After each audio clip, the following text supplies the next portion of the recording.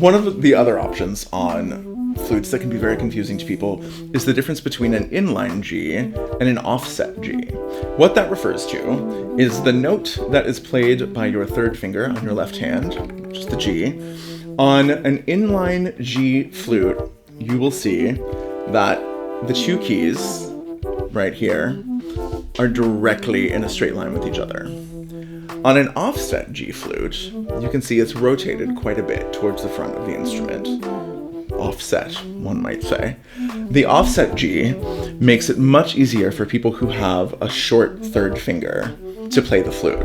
So on an inline G flute, it does sort of force the left hand to be a little bit more turned in towards the flute, and a bit more of a curvature in the finger is necessary to cover the hole. For some people, it's a matter of a centimeter maybe, if that, but it can prove a really big stretch for some people, especially children. Whereas on an offset G flute, the key is much closer to the hand. And so it allows the left hand to have a much more relaxed position while playing and still maintaining proper hand position and curvature of the fingers.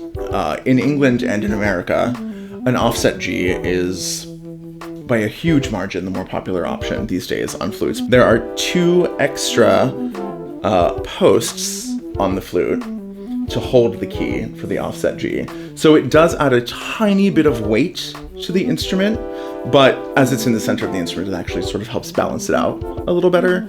I personally very much prefer an offset G, but can play either. And in the resale market, if you ever decide down the line that you're going to sell your flute on, it is much easier to sell an offset G flute quickly in today's market than it would be an inline G flute.